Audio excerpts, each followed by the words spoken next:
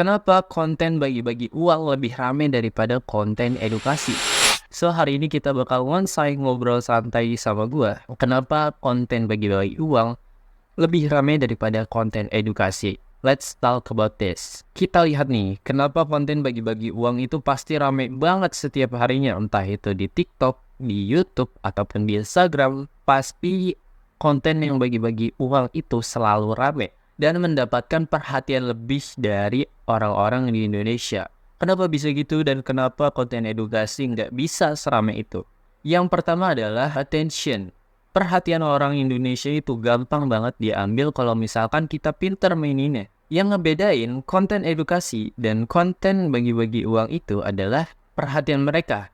Rata-rata yang gue lihat, kalau misalkan konten kreator bagi-bagi uang itu pasti langsung datang ke lokasinya. Entah itu targetnya tukang parkir, orang random di jalan, ataupun di mall-mall. Gue sering lihat kok, kalau misalkan orang yang bagi-bagi uang itu pasti rata-rata datang langsung ke lokasinya.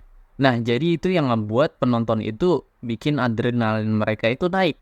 Karena rata-rata orang yang bikin konten bagi-bagi uang itu pasti langsung datang ke lokasi. Contohnya gue sebagai konten kreator bagi-bagi uang. Agar gue bisa mendapatkan perhatian orang Indonesia untuk menonton video gue. Kita nggak usah jauh-jauh, kita bahas dulu di Indonesia.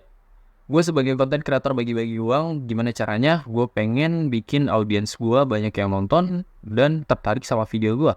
Caranya adalah gue langsung datang ke lokasinya. Dan gue langsung bikin video ataupun bikin konten di tempat itu juga. Misalnya nih, ada tukang parkir.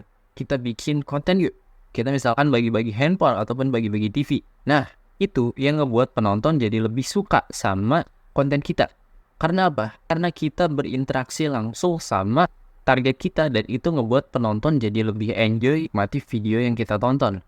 Nah, apakah konten edukasi bisa ngelakuin konsep yang sama kayak gitu? Misalkan kita sebagai konten kreator edukasi, kita langsung datang ke TKP ataupun ke lokasinya langsung dan kita bagi-bagi ilmu kita. Karena emang ada dua kesamaan dari konten edukasi dan konten bagi-bagi uang, yaitu sama-sama bagi-bagi. Kalau misalkan konten kreator bagi-bagi uang, itu bagi-bagi uang. Kalau misalkan konten edukasi itu bagi-bagi ilmu. Dan dua hal dari konten ini punya satu kesamaan, yaitu bagi-bagi. Kita balik ke topik kita yang tadi, apakah bisa kalau misalkan konten edukasi itu ngelakuin konsep yang sama ke konten bagi-bagi uang? Let's say gue sebagai konten edukasi, gue langsung datang ke lokasi, gue bikin konten di situ, dan gue langsung bikin konten tentang edukasi dan gue bagi-bagi ilmunya. Kalau misalkan kita upload, terus kita lihat perbandingan retensi views dari konten bagi-bagi uang sama konten edukasi, apakah bakal sama? Menurut gue, nggak bakal sama, dan pasti konten bagi-bagi uang lebih mengungguli daripada konten edukasi kalau misalkan kita pakai konsep yang sama. So, bagaimana caranya buat para konten kreator edukasi bisa ngalahin konten kreator bagi-bagi uang? Nah, untuk ngalahin ya, sebenarnya kita nggak harus punya konsep yang sama konten kreator bagi-bagi uang. Kita juga harus punya konsep tersendiri kalau misalkan kita pengen ngalahin konten kreator bagi-bagi uang ini dengan konten edukasi kita. Caranya kita jangan samain konsep kita sama konsep mereka, kita harus punya konsep tersendiri. Nah, caranya apa? Sebagai konten edukasi, kalau misalkan kalian seorang konten edukasi, let's say gue konten edukasi, gue bakal punya konsep tersendiri untuk menaikkan retensi views di konten-konten gue. Menurut gue ada 3 hal yang wajib kalian punya untuk konsep video edukasi kalian. Yang pertama adalah jokes ataupun hiburan di konten edukasi kalian. Nah, itu ngebuat penonton kalian jadi nggak merasa bosan dan nggak merasa boring nonton video kalian. Karena kalian menyelipkan beberapa hiburan di konten edukasi kalian biar konten edukasi kalian nggak terlalu formal dan nggak terlalu boring dilihat sama penonton kalian. Dan jangan lupa, konten edukasi kalian harus relate sama penonton kalian. Itu yang pertama adalah hiburan. Yang kedua adalah storyteller. Kalau misalkan kalian punya pembahasan yang bagus, oke, itu udah bagus. Untuk melengkapi konten kalian agar memiliki retensi views yang lebih dari konten bagi-bagi misalnya, kalian harus punya yang namanya storyteller yang bagus.